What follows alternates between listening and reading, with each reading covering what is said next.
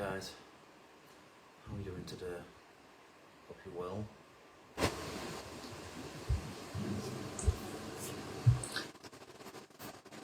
Today I'm going to talk about a topic that is it's not something that gets talked about a great deal, I suppose, because it's a bit of a difficult topic. It's a bit of a deep topic to talk about, but I'm going to be talking about coping mechanisms.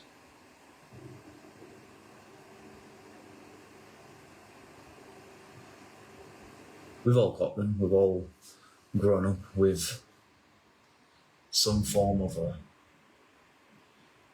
distraction. You can think back to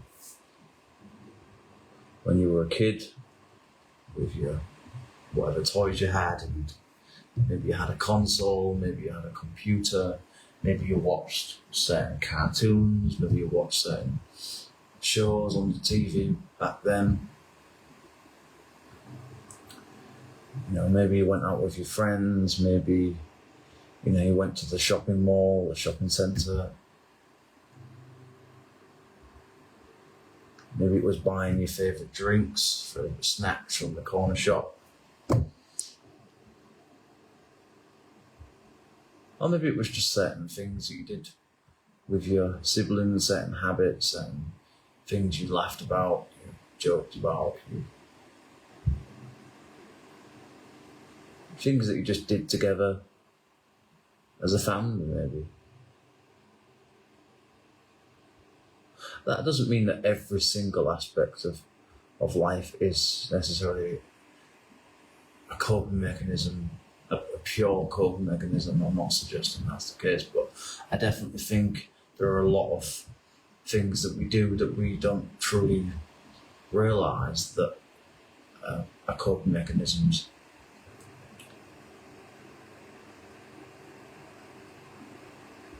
We've essentially now got 3 generations of people that have grown up with the internet. Certainly 2 that have grown up with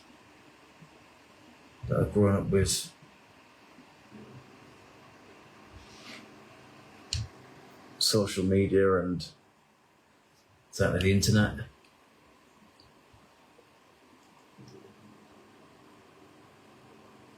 Some people now basically live their entire lives online. They don't know a world without it. They've never lived in a world without social media, without the internet. And, I was lucky enough that, social media was there, and so the internet was. It was evolving during my childhood, my teenage years, but it really wasn't the same thing that it is today. It was more primitive, really. It was relatively kind of new. It was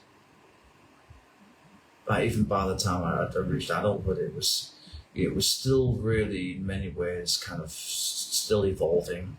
Look, it's always going to evolve, it's always going to change, I would imagine anyway. But, in terms of its usability, its popularity with people, just access to it, not everybody had a smartphone. Even in the early 2010s, not everybody had a smartphone, everybody even had a laptop. It wasn't what it is now. It wasn't this explosion of the digital age that really, I think, took off probably somewhere in the early to mid 2010s, in my opinion. Certainly in terms of what we see today, I think the foundations of today's internet, social media really began to take off in the probably mid 2010s, early to mid 2010s. And so some people have now grown up. Their entire lives have been spent staring at screens, staring. I mean, obviously, we've all technically, I suppose, been done that because my generation was still. My generation was basically still the generation of TVs for the most part. Like that, it was like the TV generation for the most part, the MTV generation, literally.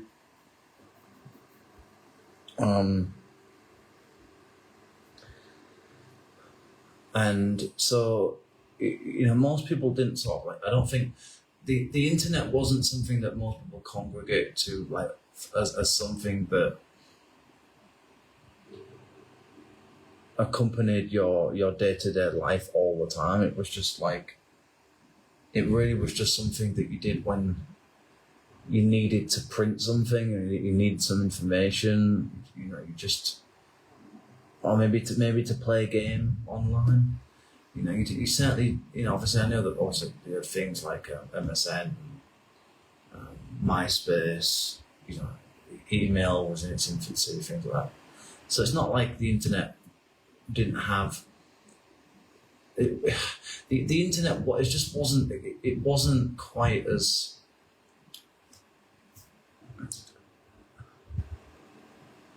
how should I describe this?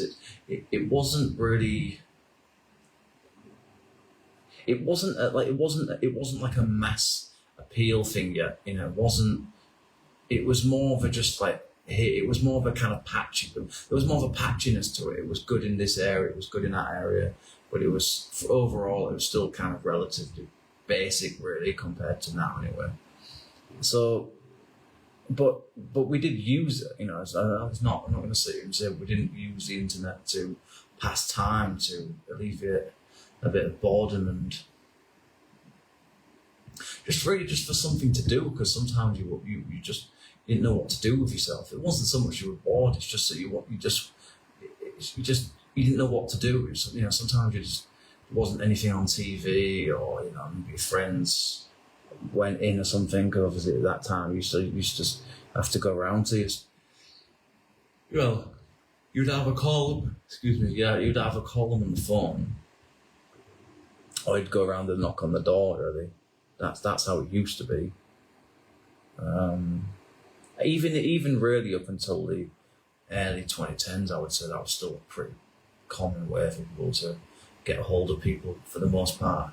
You used your house phone, it's like, the use of smartphones really didn't take off, I think, as far as I can remember anyway. It was really until the early to mid 2010s that was really the point where it became a kind of it became a new, it became a society. The internet became a digital society. It became a culture at that time, I would say. It was just really the foundations of the internet were there in the 90s and the noughties, even in the early 2010s. But once you got towards the mid to late 2010s, it turned into its own. It'd become a community. The internet had kind of come of age, really, I suppose. It'd become. Well, I suppose it'd become what it was supposed to become. When it was a really interconnected web of all sorts of different things. It's sort of essentially reflecting the external world, but in a digital space, and that's essentially what the internet is now. You can look at anything that's online for the most part, and a lot of it's just a reflection of the external world. It's just a model. It's just a different model of it. And the reason I bring up the internet is because, I think we sometimes forget that there was a life before it. There was a life before smartphones. And, I was talking to my wife last night about this whole thing, and, what did you do before? Because I was just thinking, I can't imagine her without a phone. And I'm sure she probably looked at me sometimes and thinks, he's always on his phone. But for the most part now, most of the time that I spend on my phone, honestly, is just using AIs, talking to AI, thinking about things, and just whether that's, if that makes me a sad bastard, I don't, probably does.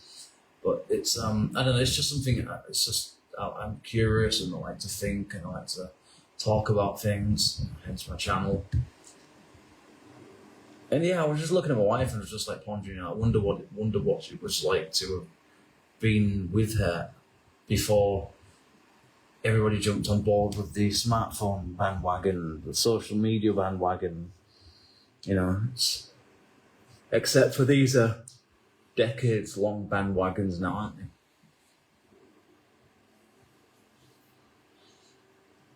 But yeah, I don't know. I just think we spend so much of our lives running away from our, being distracted from our own inner world, our own turmoil, our own traumas, and endless amounts of baggage and stresses and pressures, and we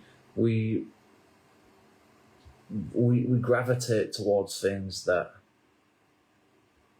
and we feel that they empower us. We feel that we're somehow being elevated above our reality, our actual realities. And temporarily, we are. We are not part of the matrix for a period of time. We're not really truly experiencing what it is to confront the uncomfortable parts of ourselves, the uncomfortable realities of our external world. And so we really essentially spend our entire lives coping, trying to find things to give us a hit of dopamine, to give us some sense of control or power over our own lives. But I think really a lot of the time all we really do is we just deny those things. We just push them to the back of our mind. We don't like confronting who we really are. We don't like admitting the darker sides of our mentality. We don't like having to accept that there are parts of ourselves that we dislike, that we don't want, and probably don't need, and probably aren't serving us in any real healthy ways. And so, we spend our lives essentially trying to bat off, to defend ourselves against all of the traumas and suppressed anger and suppressed emotional baggage that we've been carrying around with us since childhood, since our teenage years, since our early adulthood, because of unresolved issues with our parents, difficulties with our identity, our image, problems with and obviously as a result of that, problems with our self-worth and self-esteem and confidence, and our sense of place in the world, our sense of purpose in the world. And when we go looking for things to fill it, we look for things to continually try to fill that hole, that never-ending hole, that pit of, well, whatever it is, whether it's despair, depression, a lack of joy, a lack of fulfillment in life, a lack of satisfaction. Maybe it's in our careers, jobs, whether it's with our partners, whether it's with our parents, our siblings, whether it's with friendships, and just all the shit that goes with being a human being, just like all of the things that bog us down over time, failed friendships, failed relationships or friendships that never got started, that could have done, arguments with our parents about one thing or the other, some kind of bitterness and resentment towards our parents because we feel that they didn't understand us, or we feel that they didn't support us enough or provide us with enough resources to get us going in life. Maybe we have very complicated, difficult relationships with our brothers or sisters. Whether it's some something to do with issues at school. Maybe it's a lack of intellectual prowess. Maybe it's maybe you wasn't a popular kid at school. Maybe it's because you're neurodivergent, etc., etc. So there are a lot of reasons why we essentially lead double lives, don't we?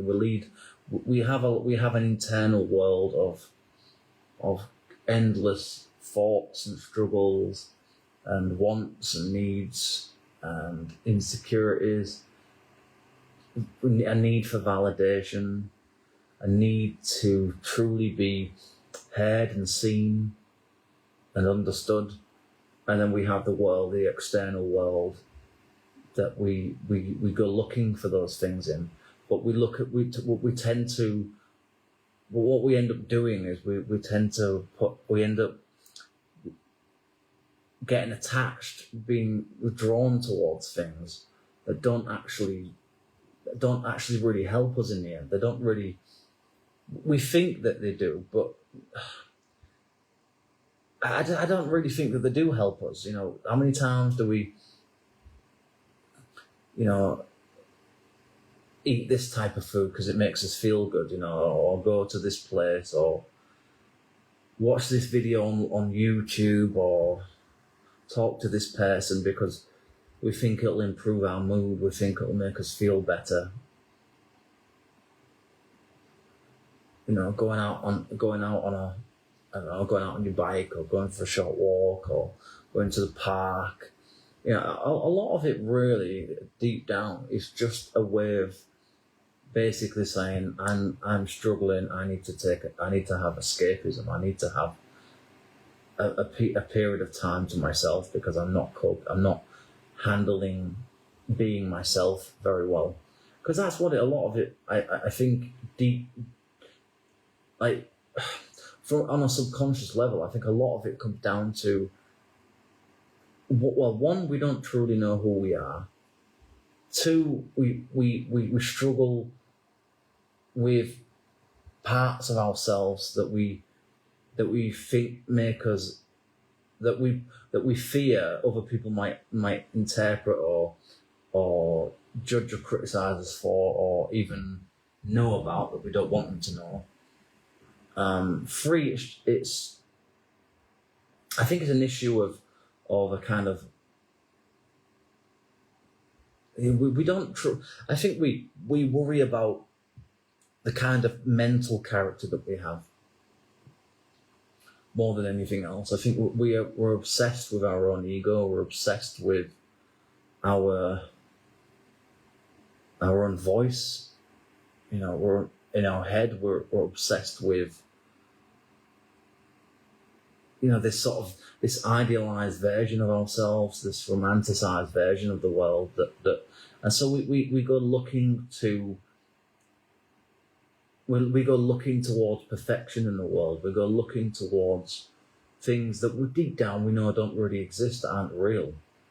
And we know that deep down, but we like to play we are at our happiest, I think, when we're living in denial. The more that we live in denial, the happier that we are.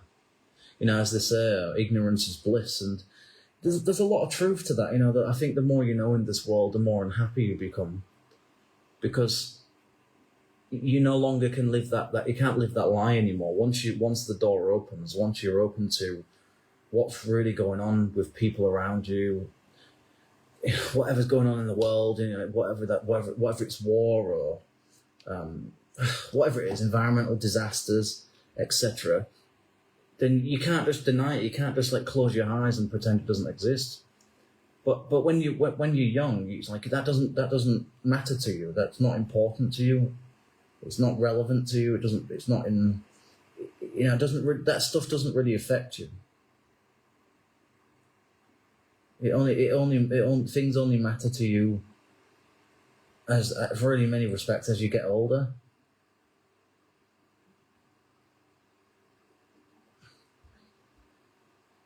So as a child, as a teenager, you're more obsessed with your own ego, your own self-importance, your own interpretation of the world rather than what the actual world is around you. And there's a reason why people believe in false hope and false love and stuff when you're teenagers, because you don't have any experience. You don't have the mechanisms, the maturity yet to see the world as it is, because you haven't gained enough knowledge yet. You haven't gained enough wisdom to truly understand what reality is. And so I think, as adults, we at some point we realise what truths we get. I think at some point we start to get gut feelings about people, places, situations, but we keep denying it to ourselves. Oh no, that person's not the way I think he is. No, it's not like that. That's not really what's going on. But then as you get older, you realise you've got instincts right. I was right about that person. I was right about this. That person is a bit of a cunt. That person is a lying prick. That boss is a wanker. That job is crap. This I'm being manipulated by this advertisement or this marketing ploy, or I'm being used by fucking tech companies and tech giants to try and get us on board with AI and automation and green energy and all this bollocks. And so we just end up living like, I think most of our lives we're not even living our own lives. We're living the lives of other people. We're living the lives of people who've got enough wealth and power and influence to control the way that other people live. So when we talk about free will, I mean, what do we really mean by that? Because as far as I'm concerned, I don't really think we do have free will. You can say, well, yeah, you make your own choices, but how much of it is how much of subliminal messaging has led you to make the choices that you've made? So how much responsibility do you really truly have over your own life? Because from being young, all I've seen is advertisements, marketing, manipulation in the way that things work in society and culture, whether it's with politics, colour schemes, logos, slogans, messages, subliminal messages, and it's on, and really in many ways it's the same thing online now. It's the same thing there. It's people saying I'm right, no, I'm right, rather than everyone just saying, oh, okay, how about we're just all right about something? Because we now live in a world where we're so divided by morality and immorality, where it's like nobody can compromise anymore. Nobody can agree on anything. It's just about my ego matters more than what's actually real. My ego matters more than what's true in this world, what needs to be said, what needs to be changed. And that's why politics doesn't work, because it just basically says you're either with us or you're against us. It doesn't. I don't really think politics really changes anything in any real meaningful sense. And so that's why the things don't change. Things change as time goes on. Things evolve. There's different variations of things as the years, decades go by, in all sorts of different areas. But the fundamental aspects of human nature, they don't change. If you was to go back 500 years or 1,000 years and meet somebody of a similar age to you, you'd probably find actually in many respects that you'd probably have a lot more in common than things that you wouldn't have in common, because the basic parts of our primitive brains haven't really changed that much. That's the reason why we're so heavily manipulated. Why do you think we're so easily played by those with agendas and their own fucking ideals of morality and all this shit? Because human nature's weak. It's weak. Psychology is weak. You can easily manipulate people if you know enough techniques. You can get people to believe just about anything.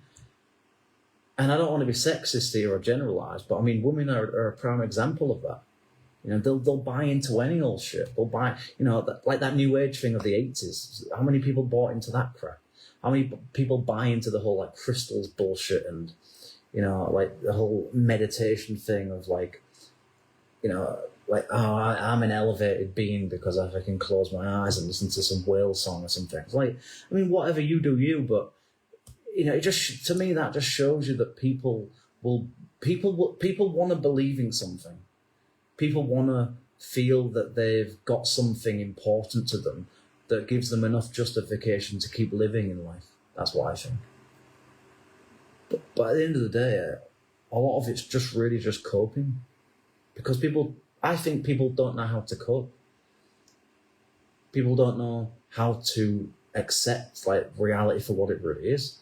And so we just keep pushing it away all the time. I'm not going to confront that thought, so I'm going to listen to this song.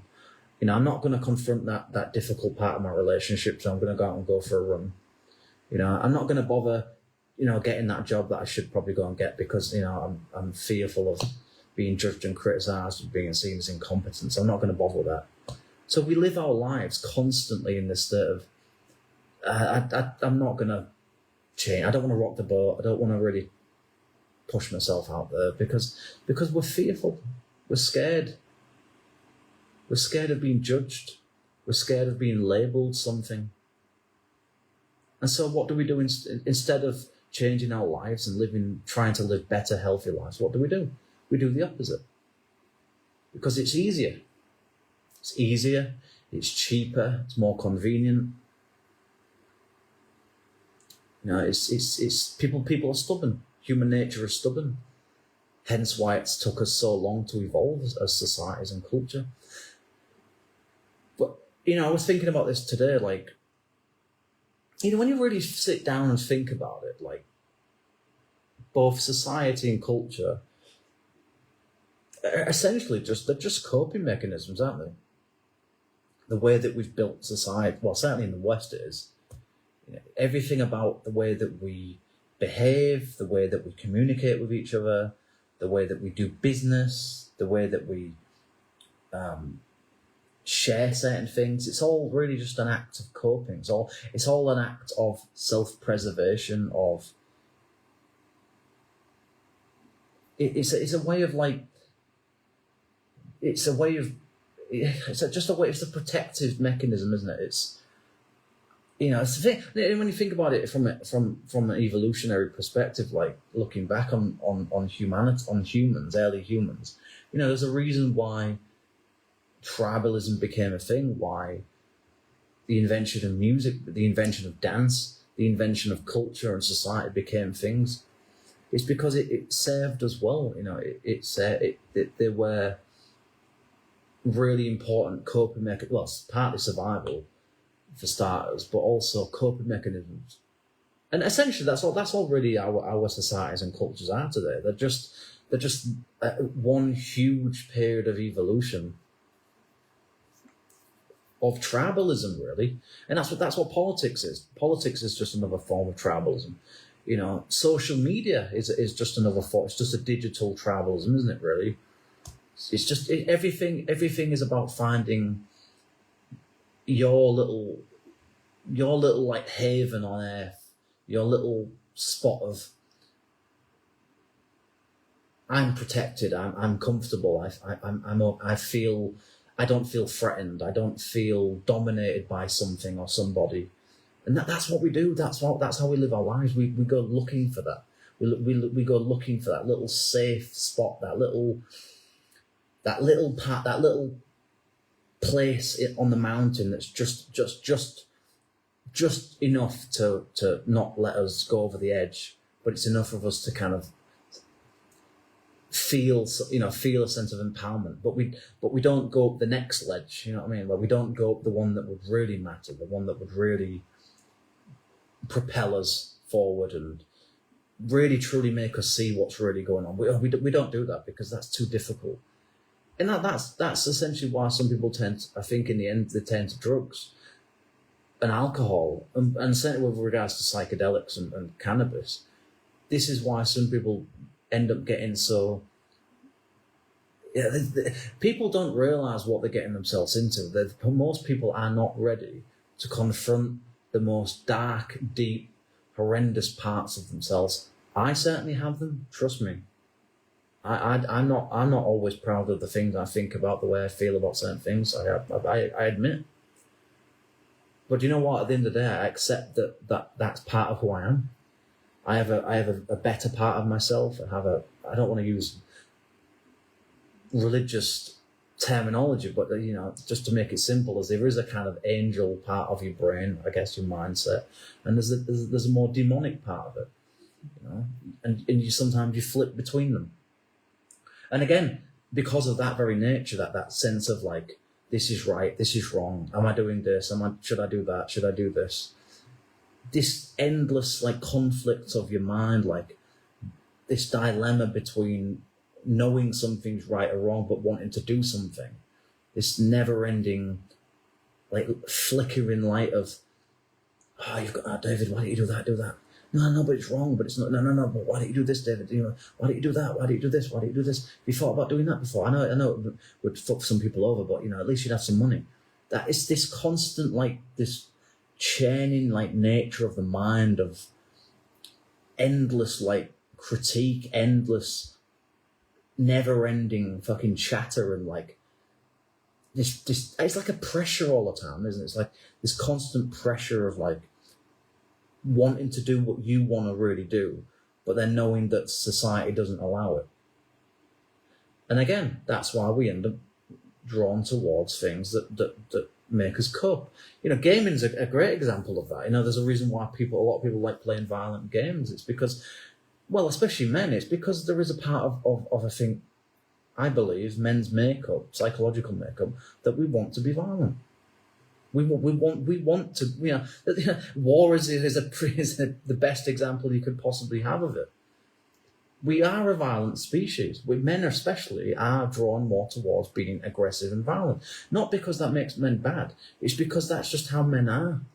We want to be protectors. We want to defend. We want to, we want, it's not so much violence. It's just, we like to feel like we're doing something. We like to feel like we're being strong. We like to feel like we are somehow protecting ourselves. But in this day and age, unless you join the military, you can't do that. You can't do that anymore. You can't just go outside, walk out your door, and start fucking screaming at the top of your lungs.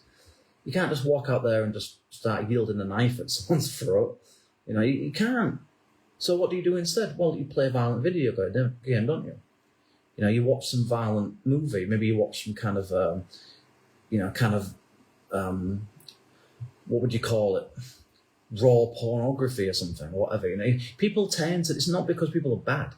It's because it's human nature, and we now live in societies where we're distracted all the time, endlessly now, thanks to social media and the internet. From the moment you wake up to the moment you go to sleep, that phone is fucking pinging, or it's giving you notifications if you've got them turned on. And it's just never ending. Watch this. Listen to this. Have you thought about this video? Have you checked this out before? Oh, maybe you'd like to watch this. Maybe you might want to watch this. Oh, maybe you might want to listen to this. This endless bombardment of, like, I know this conversation is going all over the place, by the way. I do apologise, but like I said, I don't script my videos. I never have. I never will. I just like to keep it real. I like to just say what's on my mind at the time. And that's just the way I do it. But, men, I think we live in societies now where men are basically told to pretend that they're not men. We're told not to be aggressive. We're told not to be violent. We're told to suppress what we really think and really feel. And the same for women as well. So, and then we wonder why people become toxic. We wonder why there's such an abundance of mental health problems. We wonder why people turn to alcohol and drugs and gambling and womanizing and pornography. I mean, really? I mean, what is that supposed to be? I mean, really? Is there anyone? Is there no wonder why we've built for the last few decades society is built around capitalism, consumerism, because they're preying on us. They're preying on us. Trust me.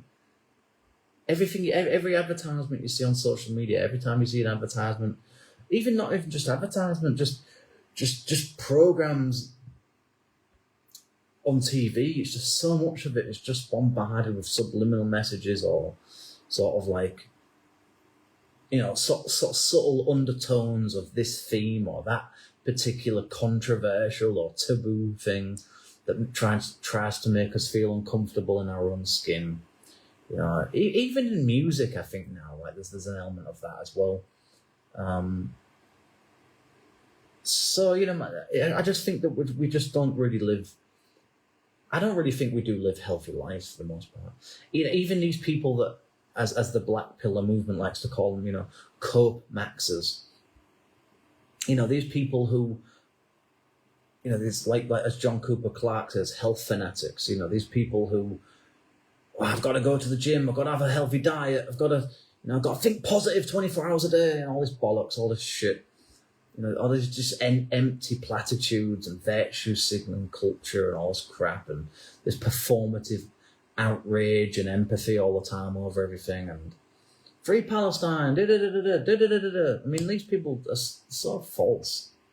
Again, it's just all coping. It's just the fact that they don't have any sense of their own identity. Well, I would even argue a lot of these so-called alternative artists and musicians, they're just people with identity crisis. They're essentially projecting onto the canvas or onto, a music production screen the fact that they don't have any real character or personality to them, so they've got to create one. It's just basically just a sort of extreme form of existential crisis, an extreme form of identity crisis. Look at me, listen to me, I've got something to say, I've got something to offer. We don't live lives. I don't even really think we even truly even ever really know who we are as people. I think we like to think we do. Because, if you push somebody hard enough into one direction or another, they're going to change into a different person over time. So these whole concepts, and I touched upon it in a video I made before, but these whole concepts of like, these things that people say, well, I went to Thailand to find out who I was. It's like, no, you would have found out who you was anyway, regardless of where you'd have been in life. You would have, but that would have that version of yourself is only based on your experiences. You don't find yourself, do you? There's no such thing as finding yourself. And even if there is, it's only a version of a potential one of many potential options that you could have possibly been. If I'd have had a different set of experiences in my life, I would have been a different person. I might have been more intelligent. I might have been more ambitious. I might have been more of a successful person, but I wasn't. My experiences led me to become the person I am, to the way I speak, the way I talk, the things that I like, the things that I'd like to talk about. But if one or two of those things had been out of place, probably I would have been a different person. So when you hear people saying like, things like I'm really feeling myself today, or I feel much better in myself. It's like, what the fuck do you mean by that? What are you talking about? What have you got, like fucking 10 different personalities or something? Well, I'm just not really feeling my John today. I'm just not really feeling my Stacey today. I'm not really feeling my Chloe today. I don't know. I'm just not really feeling my Chris today. What are you fucking talking about? It's like I don't know what that shit means really. So I guess what I'm trying to say here with this entire video is that people are delusional. People cope because they're weak. People cope because human nature is weak. It's the very reasons why there's so many problems in society, so many problems with our politics, our sense of morality. Well, in and of itself is a massively debated thing, but we're drawn to chaos, we're drawn to drama, we're drawn to sensationalism, we're drawn to gossip, we're drawn to being argumentative, we're drawn to fighting, we're drawn to war, we're drawn to being toxic and dysfunctional because all we do is cope. And I accept I'm no different. I accept that I've done more than enough of my own coping in my life, with use of alcohol at times, the use of cannabis, the use of music even. I would even say in many ways the DJing side of things was just basically just one long period, like a decade-long cope, I guess. Even when I used to go out there and exercise, and it's all coping, man. Because God forbid, you sit down and look at yourself in the mirror for too long. Nobody likes that, trust me. Nobody likes to do that. Not if you're really, truly being real and honest with yourself. Most people can't do that. That's why most people don't take psychedelics. Because they know deep down that something's going to surface in that experience that they're going to have to confront, that they are not ready for. Trust me. If you really, truly got to know people, if people really, truly opened up with you and told you the absolute brutal truth about what they think and feel, you would never speak to them again. Trust me. You would never want to hear from them again. And so what do? Well, we live shallow, superficial realities. We live in a world of half-truths, partial truths. Just enough truth so that people think you're genuine and honest, but not quite enough to really make it matter, to really make enough change in yourself or others. Unless, of course, you're having a massive fucking argument or something, then sometimes some of the truth comes out, but not all of it.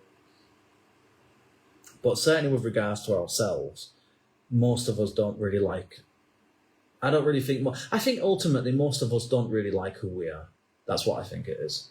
We don't like, whether it's because we don't like the way we look, we don't like the way we sound, or we don't like the way we perceive ourselves from other people's perspectives. Because it's not just the way we think about ourselves. It's like if you've got any social anxiety, for example, then as soon as you go out that front door, you're thinking to yourself, you're not even just thinking, you're just constantly worrying all the time.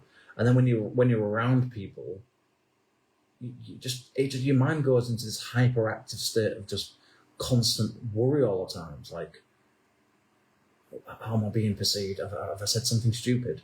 Do I look all right? What they're thinking? Are they judging me based on what I'm wearing? Is my face okay? Have I got some snot on my nose? Have I forgot to clean that cum out my hair? Have I forgot? It's ridiculous, but it's like that endless, like, annoying, obnoxious, constant natter that just won't leave you alone. And again, people deal with that through means of coping. Really, we could even say essentially that therapy is a form of coping, isn't it? Really, it's just a cope. It's just pure management. I don't even really believe in therapy anymore, to be honest with you. And I say that as someone that's had quite a few CBT sessions. So I've also had a few THC sessions, but I won't mention any more about that. But yeah, I don't know. It just, to me, humanity just doesn't make any sense, really. I just don't understand our species a lot of the time. I really don't. It's just so many contradictions, it's just so much stubbornness, so much unwillingness to really change ourselves for the better. And I say that, I'm not just projecting here. I'm being honest. I'm being honest about myself. I haven't made as much change in my life as I would have liked to have. I've done fuck all for the past 8-9 months of my life. I've honestly done absolutely nothing. Literally nothing. But I haven't killed anybody. I haven't broken the law. I haven't done anything bad, so at least I can say that. But at the same time, I can say basically I've just been coping, really. The recent use of the edibles is probably part of that, I suppose, in a way. And as much as it is, I accept that some of it is entertainment and learning, and that's fair enough. Some of it is just down to me just saying, look, I'm not coping with my life. I'm not coping with the things that are going on around me that I'm well aware of, but I don't want to talk about it anymore. I don't want to deal with it anymore. So I'm just going to pretend that it's not happening, because that's what we live our lives. That's how we live, isn't it? From the moment we wake up to the moment. In fact, you could even say the average human lifespan, essentially, what's that, 75, 80, 85 years, is nothing but one long period of coping. When you're a child, it's with toys, it's with colourful things, it's with things that have flashing lights or colours or sounds. And as you get into your teens, it's, rebelliousness and image, and, you will see me as this now. This is who I am. You will accept me as this. This forceful kind of rebelliousness of projecting this sense of this very false, fragile image onto other people because you have a fragile ego, because you haven't developed any fucking life experience or wisdom yet. You don't know anything about the world. So you've developed this defense mechanisms like, I might be naive, I might be inexperienced, but you will accept who I am. You will accept my choice of hair colour. You will accept my choice of fucking 1 trillion different earrings and nose jewellery. You will accept me, or else. And then as you get a bit older, you start getting into certain types of music, or whatever it is, your kinks and your fetishes and all that crap. But I think as you get older, you just reach a point in the end, well, I did anyway, where you just say, this is fucking bullshit, man. This is all bullshit. It's all bullshit. A lot of it. It's all shit. Do you not? And sometimes I just find myself, do you not see what's going on here? Am I just fucking going mad here, or are we living lies? Are we living? What are we doing here? I think that's the big question. It's like, what are we doing? Apart from just surviving, it's like, what are we actually doing as a species? What are we? Where are we in our project? Where are we in our stage of evolution? Like, what are we achieving? Because as far as I can tell, I think we've been primed for the last 30, 40 years towards. I believe we're being primed for biotech and transhumanism. No, I'm not talking about that trends. I think we're genuinely being primed for robotics. I believe we're being pushed towards our extinction. That's what I think. Call me a conspiracy theorist if you want. I don't really care. But I genuinely believe we are being pushed towards post-humanism very, very quickly. And it started decades ago, really, certainly with the rise of the internet, social media, smartphones. Now it's AI. And, within 10 to 20 years, it'll be the norm to just have robots roaming around your house, doing things for you. One day you'll walk out your door and there'll just be, a few robots walking around doing things and cleaning and whatever. And that'll just be the way of life then. That'll be the norm, just as things are the way they are now. Imagine telling someone 50 years ago how reality is today compared to that time. They wouldn't believe you. They'd lock you up. They'd think you were mental. Smartphones? What the fuck are you talking about? Internet? What? AI? What? Are you fucking crazy or what? And yet here we are. It's a reality. And the thing is, people are buying into this shit left, right, and centre. And I accept I've bought into it as well. I use AI as well. We're all, and that's my point for this video. You see, we're so easily manipulated into things. We're so easy to control and to persuade us into things that, you see, we're basically being sold the rope that will metaphorically speaking, we're basically being sold the rope that's gonna be our demise, I think. And it makes sense. Why would you want to have millions or billions of humans on the planet who you eventually, thanks to automation, you're going to end up having to have a system of some kind of universal basic income at some point, because there won't be any jobs left for most people. So there's going to be a rise in mental health, more of a rise in probably diseases and pandemics as time goes on. Climate change is going to play a role in that, which is going to affect agriculture. So you're going to have more and more problems as the decades, centuries go on. So at some point, there's going to have to be a depopulation plan in place to deal with it. So I don't want to come across as being defeatist, but I think we are very gradually being we're being sold this dream of digital empowerment or something. Like, oh, well, if you only use AI, it'll save you. If you want to jump on the green bandwagon, it'll save the planet. If you want to jump on, Google Glasses, it'll improve your quality of life. And all we're doing is just heading very swiftly to our demise. Do you really think these things aren't going to out-compete us in the end? They're not going to be faster, more efficient, more intelligent, more capable. Most jobs eventually will be replaced by robotics or AI. Within 20, 30 years, you'll be lucky if people even go to school anymore, go to colleges, universities anymore. Transport, and it's a bit of a random topic, but transport, you'll be lucky if you see anybody when you go to your local bus station eventually. There won't be anybody there. It'll all be done by technology. It'll all be automated. That's the way it's going. That is just the reality. That's just an example of where the world is heading towards. The world that I grew up in is for all intents and purposes, it's practically dead now. It doesn't exist for the most part, and certainly won't exist in 30, 40 years' time. That's for sure. There's no way that humans are going to survive this, I believe. It's just not going to happen. It doesn't make, to me, there's no logic in it. There's no need for millions or billions of humans on the planet that are just going to be essentially just seen as taking up valuable. Because don't forget, as time goes on, there's going to be more and more need for resources, but there's going to be less and less of them. So at some point, there's the elites, whoever that might be at that time, whether it's a 50 years time from now, whether it's 100 years from now, there's going to come a point where they say, we have to deal with this issue. We can't just have millions of people not doing anything.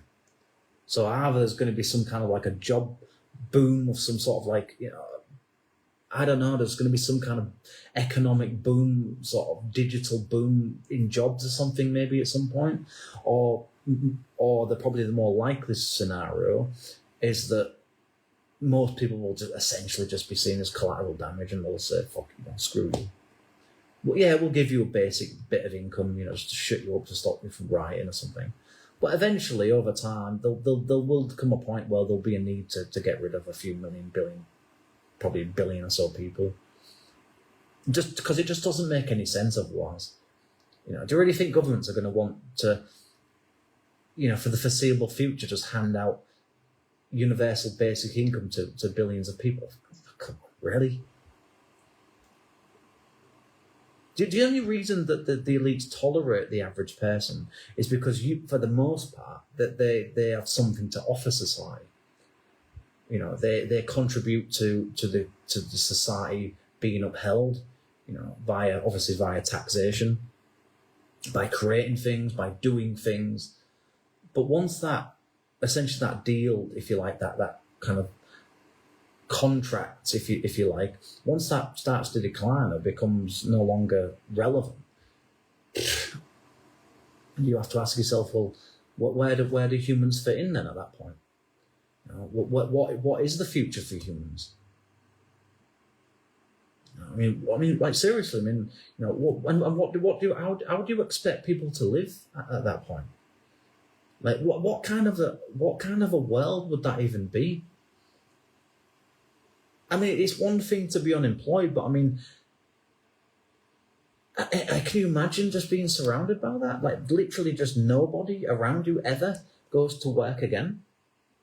Never does anything? That just literally does nothing? I mean, maybe that's what they want. Maybe they want you, like, attached to technology 24 hours a day, 365 days. I mean, we practically are anyway. So maybe it's all by design. Maybe what we're seeing and what we've been seeing for the last few decades essentially is just one big long societal, cultural, technological engineering project, perhaps. I don't know. It certainly makes you think.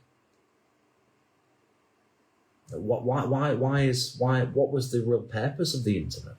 What was the real purpose of social media and the smartphone? What are the true intentions of AI. Why are we moving towards automation? Why are we moving towards a world that's essentially where society and culture no longer really don't have a place anymore, do they?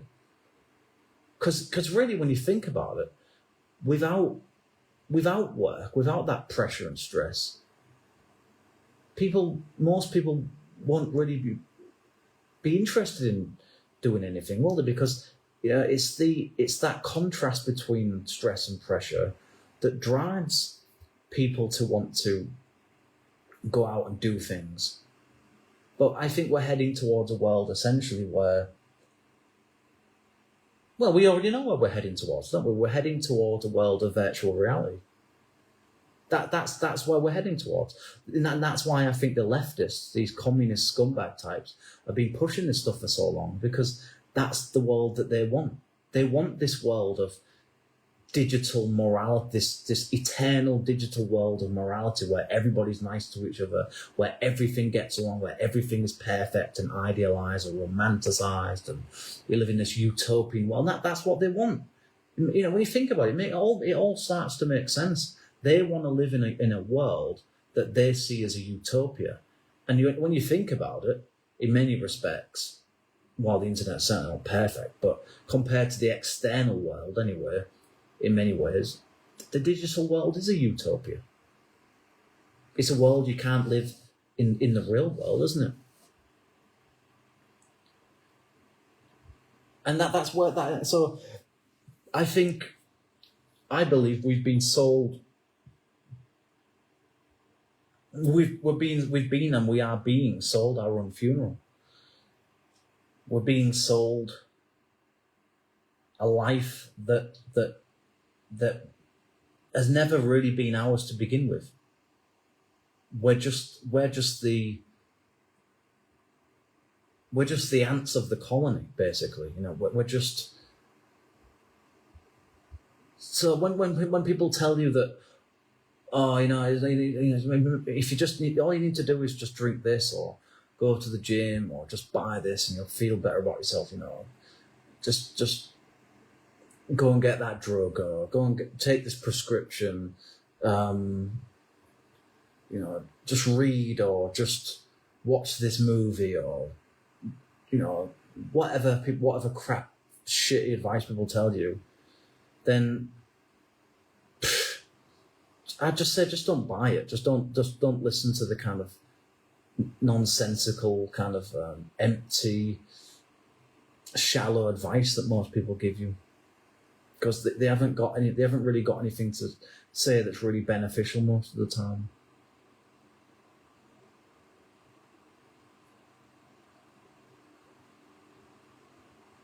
So I just think that basically. I really genuinely believe. I believe humanity is finished as far as I'm concerned. I'm sorry to say that. I know that's an incredibly depressing thing to hear, but I just do. I really think we are completely fucking finished as a species. Now, I don't mean literally everybody, no, but certainly, I would say for the average person, your futures are finished. You don't have a future. Your future's been sold down the drain. And it started with deindustrialization. It started with globalism. It started with the rise of the internet, getting people addicted to the internet through social media, through likes and engagements and clicks and comments. Because, if people like my video, then that means I am somebody. If somebody comments on my video, then I must be somebody important.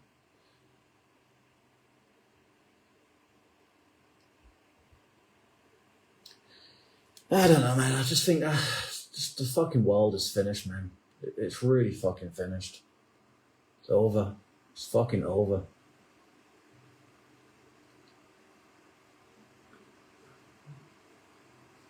And people bought into it, they just didn't see it, or just not enough saw it, not enough people woke up, not enough people said anything about it, not enough people tried to fight against it. It's fucking sad, man. It's really sad. Such a shame. It didn't need to end up like this. It really didn't. But that's what happens when you have too many people on a planet with finite resources, where competition is the rule, not the exception. Where people are driven by their own selfishness, their own greed, or so all that matters is me and my family. All that matters is me and my kid. Yeah, it doesn't matter, does it? No, nobody else matters. It's only you. It's only what you fucking care about, isn't it? It's only about you, what you want.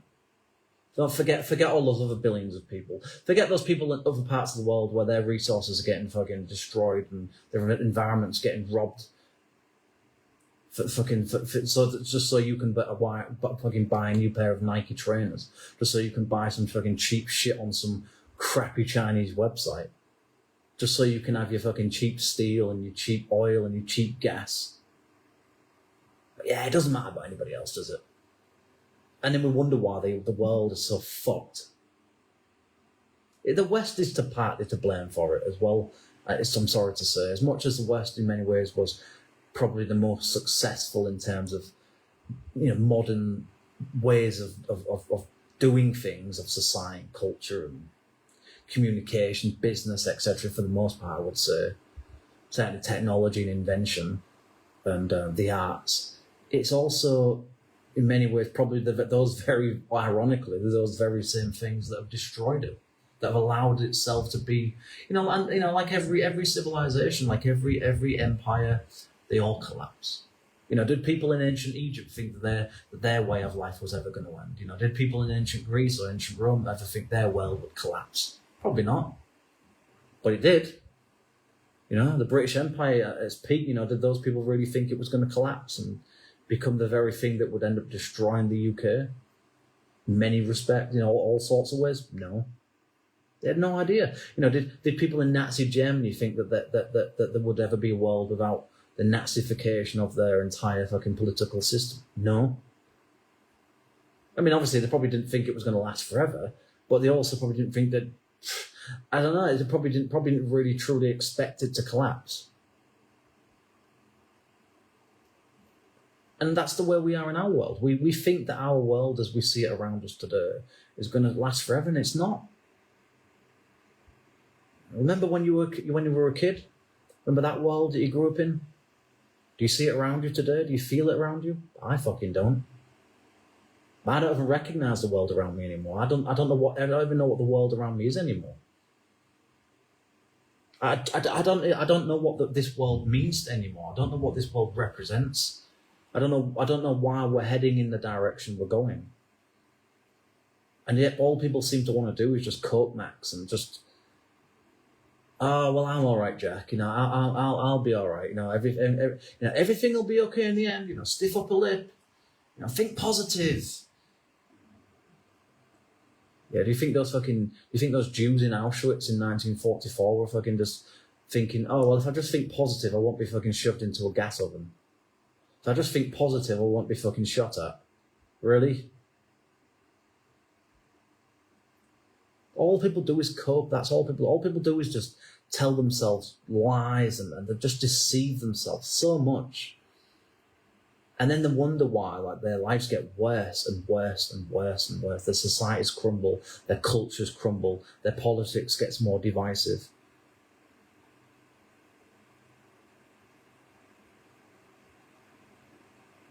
We are our own worst enemies, I think, a lot of the time.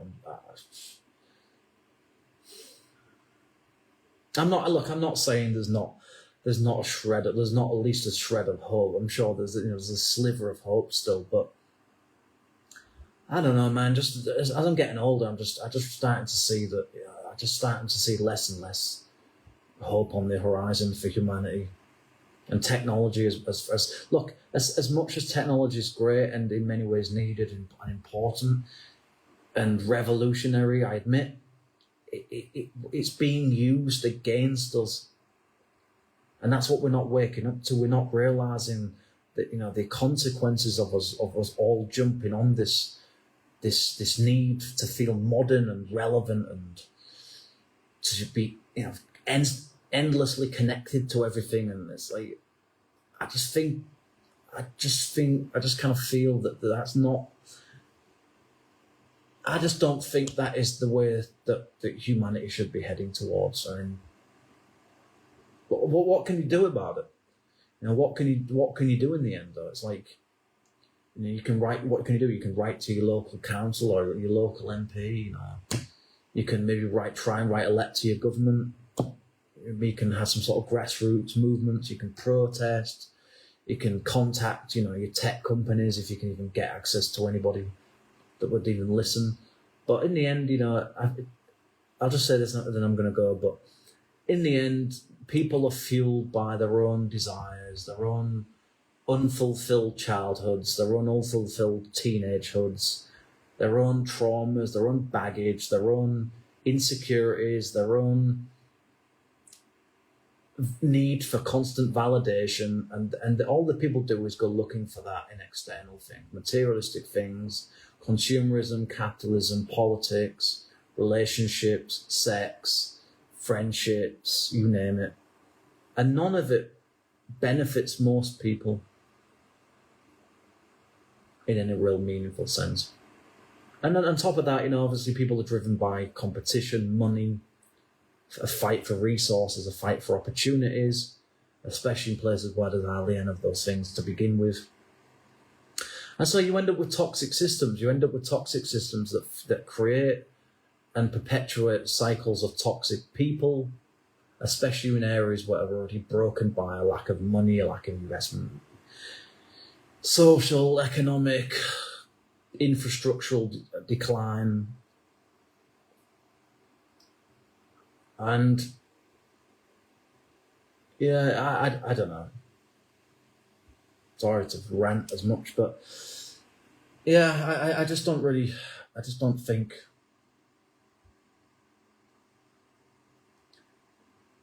I don't know. I'm just really concerned about where we're heading towards, especially in the UK now with the digital ID thing just about to be introduced, apparently, as I saw this morning in the news. And people always say things like, it'll be all right, it's not going to be as bad as you think. Well, all it takes is for one fucking nutjob psychopath to get in power, and then they'll use it, then they set a precedent, and then that becomes the norm, and then everybody else feels pressured into it, and it becomes normality. I mean, how do you think something like Nazi Germany happened? It didn't happen because people thought they were the bad people. It happened because they felt that they were doing the right thing. And it happened because enough people bought into it because they genuinely believed that was the right thing. That's how you end up with systems with so-called evil individuals, even though there's not really anything such. I don't even think there is such a thing as evil, in my opinion. It's just people that genuinely believe that what they are doing justifies their behaviours. It justifies the things that they feel that they need to do to achieve their aims. I'm sure Stalin didn't think he was a bad person. I'm sure Hitler didn't think he was a bad person. I'm sure Pol Pot probably didn't think he was a bad person, or Mao in China, etc. These people, I'm sure they didn't think that they were bad individuals because they had this sense of moral superiority that they felt trumped everything else. And that same principle will apply with technology as time goes on. All it takes is for technology for it to get into the wrong hands, for people that have got ulterior motives, that have got their own sense of moral superiority and don't want to listen to anybody else. And then you end up with a system of dictatorship. You end up with a system of authoritarian. And that is my genuine concern about where I think social media, the internet in general, and technology is going. I think it's, as far as the way I can interpret it, it seems to me that it's heading towards authoritarianism. And I say that because of the way that YouTube acts these days, the way that Facebook acts these days. AI will become a common feature in these platforms eventually anyway, and we've already seen it with the use of algorithms. So it's a fucking matter of time. It's a matter of time before more and more digital authoritarianism becomes a reality. And once that really takes off, good luck stopping it. And if you think that robotics, automation, endless connectivity, are all super positive, healthy things, then you need to have you need to give your head a bang, because we are heading towards serious trouble as a species. Trust me.